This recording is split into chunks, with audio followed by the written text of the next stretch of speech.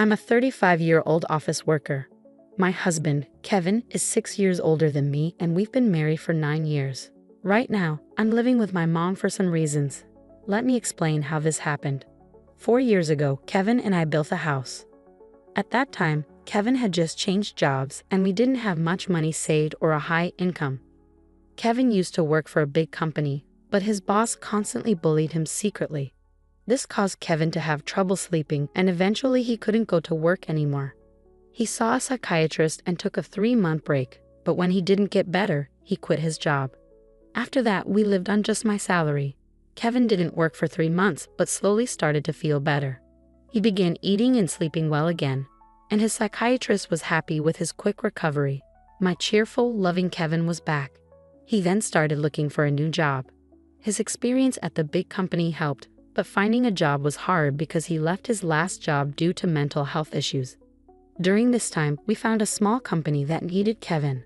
The salary was about 3/4 of what he used to make, but he was happy to be working again. He said it was much better than being without a job, which made me happy. This job was also in a field he wanted to work in.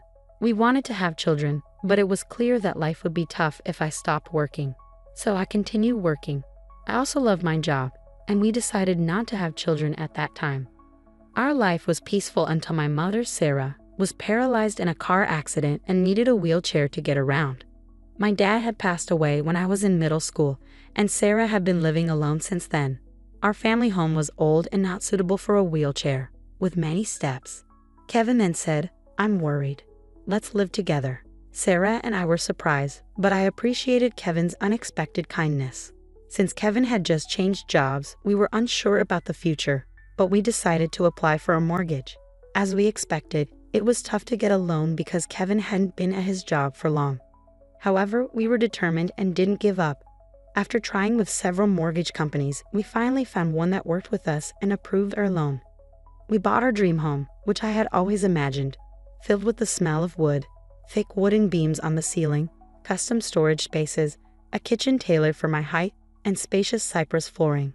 Importantly, it was a single-story, barrier-free house, perfect for living comfortably in a wheelchair. We were excited as our house was being built and visited the construction site every day.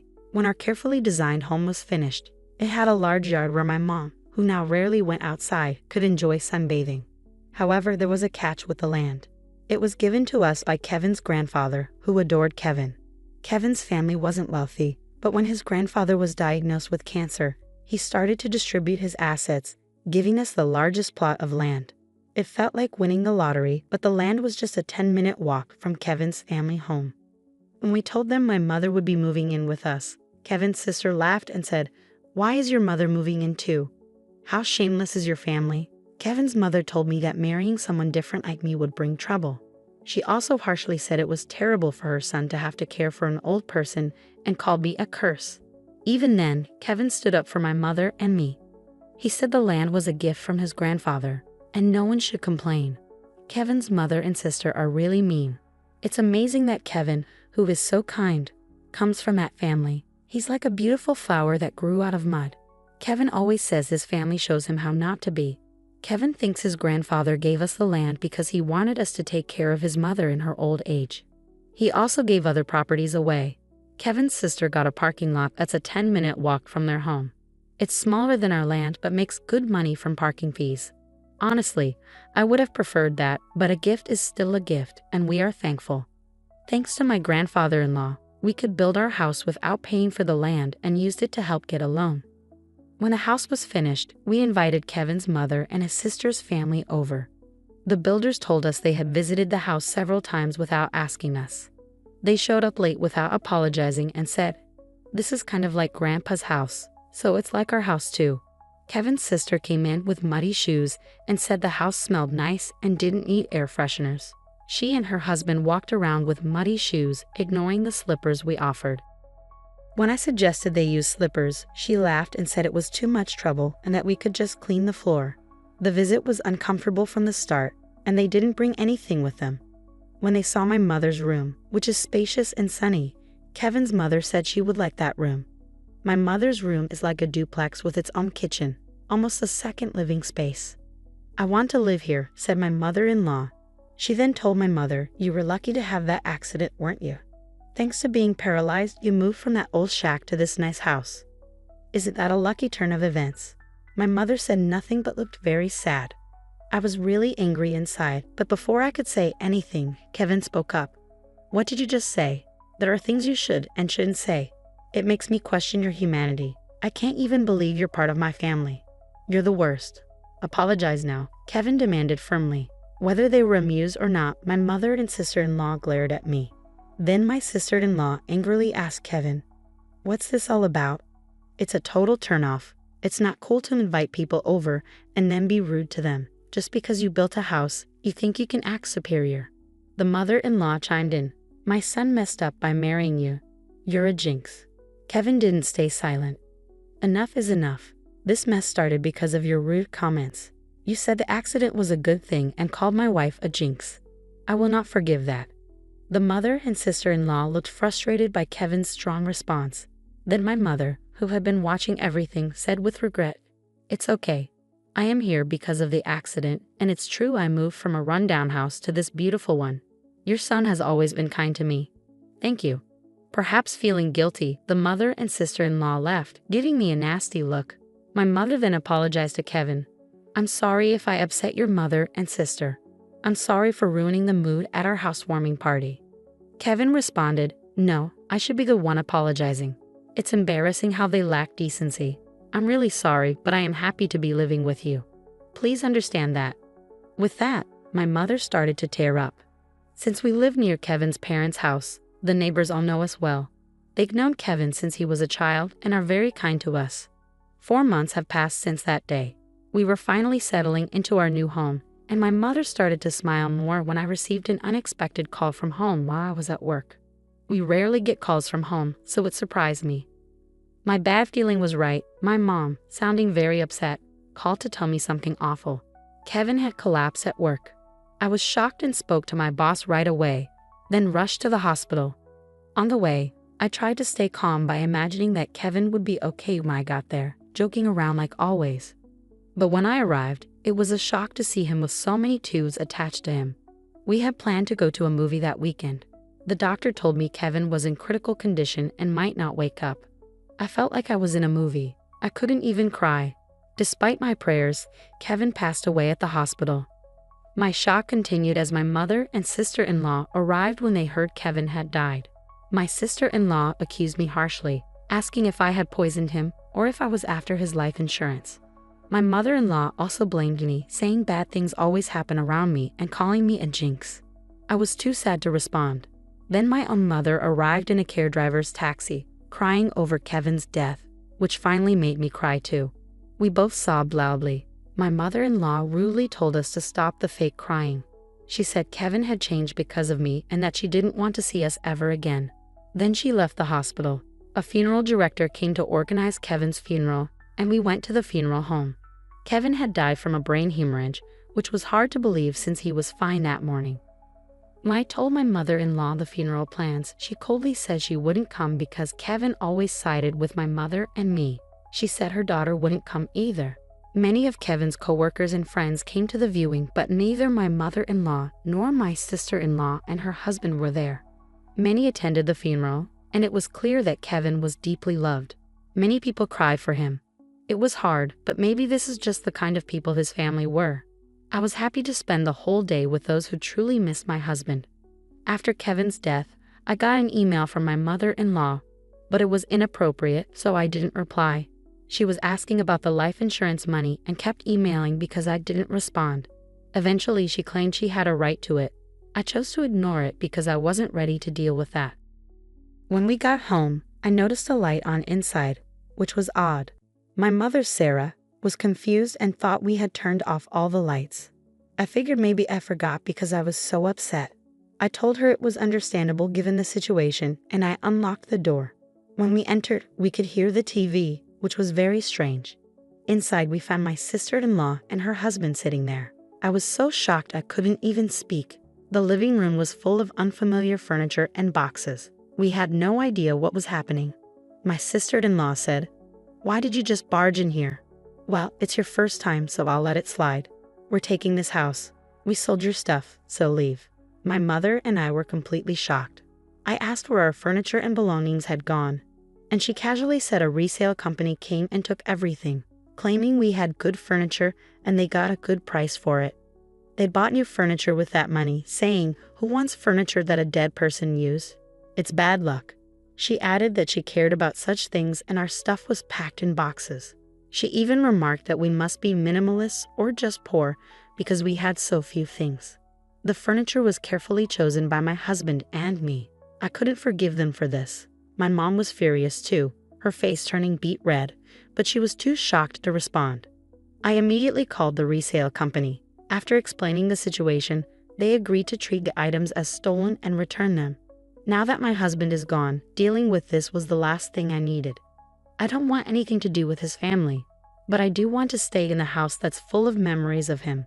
While I was wrestling with these feelings, my mother quietly said to me, "What do you think Kevin would say if he were here now?" "He might say we should leave." "I'm sure he would."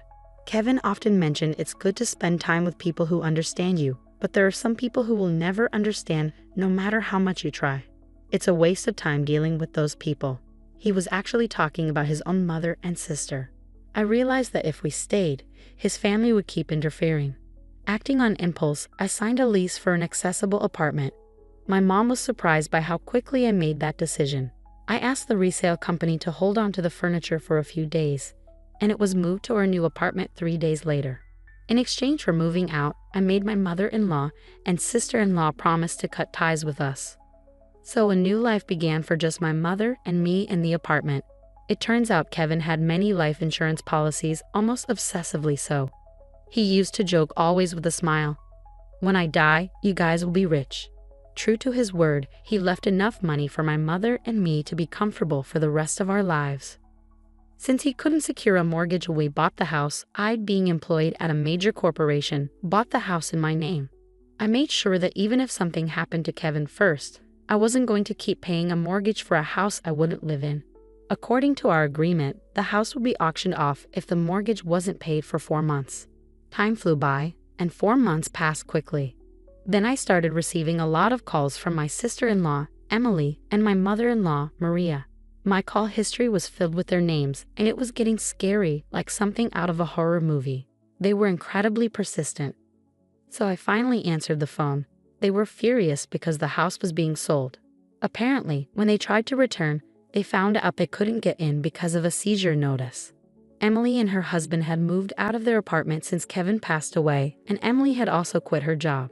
I suggested they move back into their parents' house since they were panicking about suddenly being homeless. Surprisingly, Maria had gotten so caught up in gambling that she couldn't keep up and had sold her own house. It turns out they had been living together for the past 5 months. I also heard that they sold their main source of income, a parking lot in front of the train station, a long time ago. Now, Maria and Emily's family are completely homeless. When Maria said, "I'm sorry for everything. Let's get along. Can you lend me some money, please?" I replied, "I think it's best if you stay away since I'm a jinx. We're strangers now that we severed ties." Maria was quiet after mumbling weakly. In my mind, I was thinking, who's the real bad luck charm here? Then when I said I wouldn't lend them a single cent, Emily, who had been listening next to Maria, shouted, "You devil. Bring us the money right now." I replied, "I am a devil and bad luck, so I'm going to hang up now," and ended the call. In reality, I involved a lawyer for the past 5 months to push for the auction of the house. I thought it was an unusual case, but apparently, it's not that uncommon. The house was sold without any major issues, giving our family a moment of peace. We plan to find a new home with the money Kevin left us. Since it's just my mother and me, we don't need a big house. We'd rather prioritize security as 2 women living together. So I chose a condominium with minimal noise disturbance. I remember something my husband always said when we built our home. People can get energy from the sun, so let's create a place where your mother can enjoy her hobby of reading in the garden without feeling self-conscious. With those words, he had made a spacious courtyard for her. So I looked for a condo with a large balcony where she could enjoy her coffee and read. It's smaller than our previous home, but the room is spacious enough to house the furniture my husband probably chose. The piece of land that was gifted to us by Kevin's grandfather was expansive, and the house sold for more than expected. With that money, we're moving forward. I recently bought a luxurious condominium with exceptional security features, a choice I'm sure would have comforted my always cautious husband, Kevin. The peace of mind that comes from living in such a secure place is invaluable, especially after the tumultuous experiences with my in-laws. Life has taken a dramatic turn since Kevin passed away. Amidst my grief, I've been dealing with the fallout from his family's actions, which frankly has been draining. Following the auction of the house, Kevin's mother, Maria, and his sister found themselves without a place to live. Despite their desperate attempts, including trying to borrow money from neighbors, they couldn't secure any financial assistance and ended up in public housing. Living in public housing, they continued their old habits, causing disturbances that have started to concern the community. For instance, they recently had a barbecue on their small balcony, an act that left many locals in disbelief given the limited space and safety concerns. Such thoughtlessness seems typical of them and reflects the disregard they've always shown for others' comfort. Moreover, their financial difficulties appear to have led to frequent loud arguments that disrupt the nightly peace, an auditory testament to their ongoing strife. My sister-in-law's husband has since left, leaving just her and Maria to fend for themselves. Their situation is a stark contrast to the quiet, stable life I now lead with my mother. We're both two-person households, but while my home is a sanctuary, theirs is a source of constant conflict and unease. It's become so disruptive that neighbors are banding together, hoping to evict them to restore some semblance of peace. It's a harsh reminder that no matter where you go, being a nuisance can make you unwelcome. Reflecting on these events, I realize how the phrase, "what goes around comes around," rings true. My goal is to live quietly and peacefully, distanced from the embarrassing turmoil associated with my former family.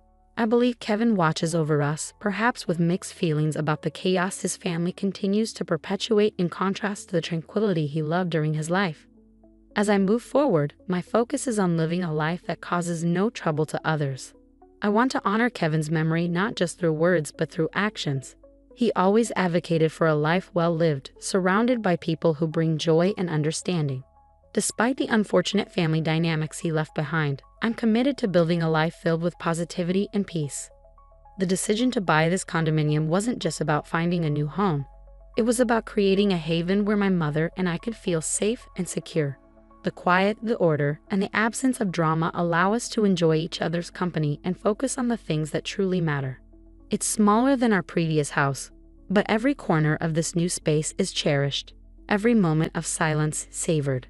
I've learned a lot about resilience and moving forward. The memories of Kevin, filled with love and laughter, inspire me every day. They remind me of the importance of living authentically and compassionately, ensuring that his spirit of kindness is carried forward. Living well is perhaps the best tribute I can offer to a man who gave so much and asked for so little in return. In this new chapter, amidst the serenity of our chosen sanctuary, I am determined to live not just for myself, but in a way that would make Kevin proud.